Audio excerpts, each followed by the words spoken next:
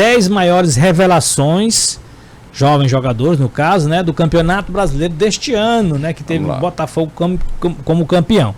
Então o QE trouxe aqui algumas joias do futebol brasileiro, jogadores que são sub-23, é bom que se diga, né, que participaram pelo menos de um terço das partidas, ou seja, de 13 jogos desta última edição do Brasileirão. Coloca na tela então aí os nomes para a gente comentar sobre essas revelações. Aí, essa é uma ordem colocada espontaneamente, mas vocês vão dizer se essa ordem tá boa, tá certa.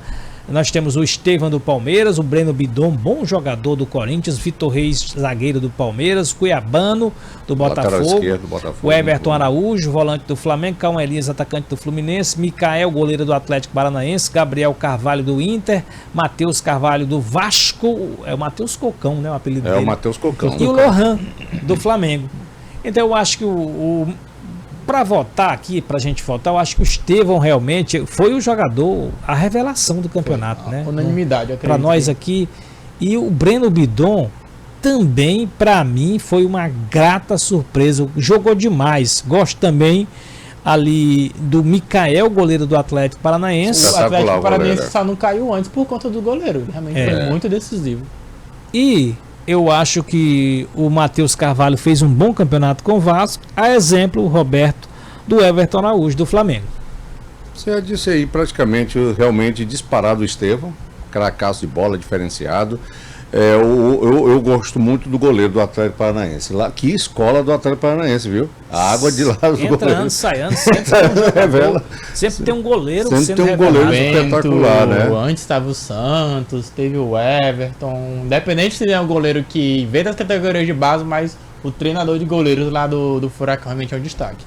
O Vitor Reis, zagueiraço, o Cuiabano, lateral esquerdo, que era do Grêmio, né? O Cuiabano, pra mim, ele teve um final de temporada assim, na curva descendente. Por causa de contusão, né? Ele teve uma contusão que tirou ele um bom tempo. Só por isso, mas não. Everton Araújo. O Everton nem se fala, um bom jogador mesmo. Eu adoro ver o Everton Araújo jogando. É um jogador que vai render muito no futuro. Me impressiona muito a força física dele, né? Ele tem que melhorar, claro, em alguns fundamentos do esporte, do futebol, mas essa parte física, né, com uma certa técnica, chama muita atenção. Como o Lohan também junto disso. Isso. Né? O Lohan teve um ótimo momento, sobretudo ali no meio do ano, durante a Copa América, né? Depois o Tite, inexplicavelmente, né, não utilizou o jogador mais. Entendi, né? Aquilo ali. Coisa do Tite é um dos responsáveis, inclusive, por essa queda de produção do Lohan.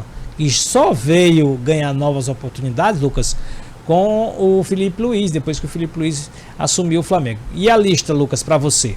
Francinito, em relação a essa questão da lista dos jovens talentos, para mim, tirando a unanimidade do Estevão, que foi realmente o jogador mais consistente, diferenciado mesmo. Mais diferenciado, carregou o Palmeiras nas costas, a gente pode falar dessa maneira, a gente não pode deixar de passar essa informação. Se o Palmeiras com o Estevão era um, Palmeiras sem o Estevão era outro, então o Estevão carregou o Palmeiras. Incrível como o Palmeiras tem essa sina de um cara mais novo carregar o time nas costas. Tivemos lá atrás o Gabriel Jesus sendo aquele responsável por 2016, né? Pelo título do Brasileirão. Ano passado o Hendrick e agora o Estevão. Mas pra mim também essa questão, Francinito, de um jogador que eu colocaria abaixo do Estevão pela regularidade da temporada, como você bem citou, o Micael, porque o Micael, goleiro do Atlético Paranaense. Pela pressão que o Atlético vinha, pelo momento mal da equipe coletivamente e pelo mau treinador também, que o Lúcio, o treinador do Atlético Paranaense, um treinador que chegou realmente nem para tentar arrumar a casa, chegou praticamente como um colete à prova de bala. Se deu certo foi a diretoria, se deu errado foi o Lúcio.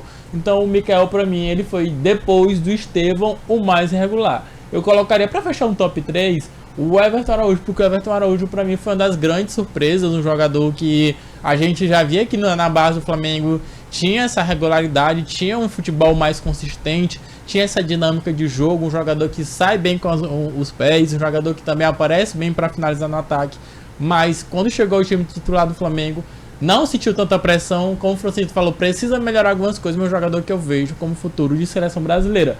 E o Vitor Reis, para mim, um jogador que até recentemente, o zagueiro Vitor Reis, Francinito, recebeu uma proposta de 160 milhões de reais.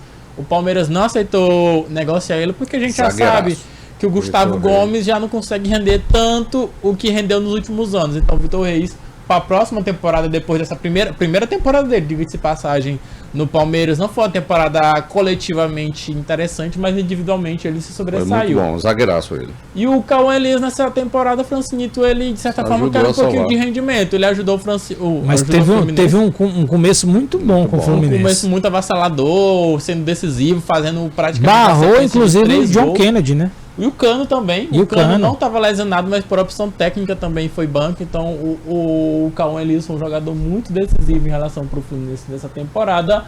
O Gabriel Carvalho no Internacional também ele teve uma certa pressão quando subiu em relação para a questão do time titular. Um jogador também muito jovem, Francinito. Eu acredito que dentre esses jogadores a gente pode fazer, acho que um top 5 de quem desses 5 jogadores possam estar na Copa de 2026. Eu colocaria Estevão, colocaria Mikael também, que eu acho que faz parte do processo, um novo goleiro, um grande goleiro. O Everton Araújo, o Vitor Reis e o Breno Bidon do Corinthians. Vocês acham, para vocês, 5 jogadores dessa lista que provavelmente deverão estar na próxima Copa de 2026 no processo de renovação? Eu acho que o Breno Bidon vai estar lá, viu? Um bom jogador, me agrada muito ver o futebol dele. Além de ter muita força física na marcação, ele também tem qualidade, passa bem, toca bem e consegue atacar bem, né? Consegue ir ao ataque com uma certa qualidade. É um jogador que me agrada muito.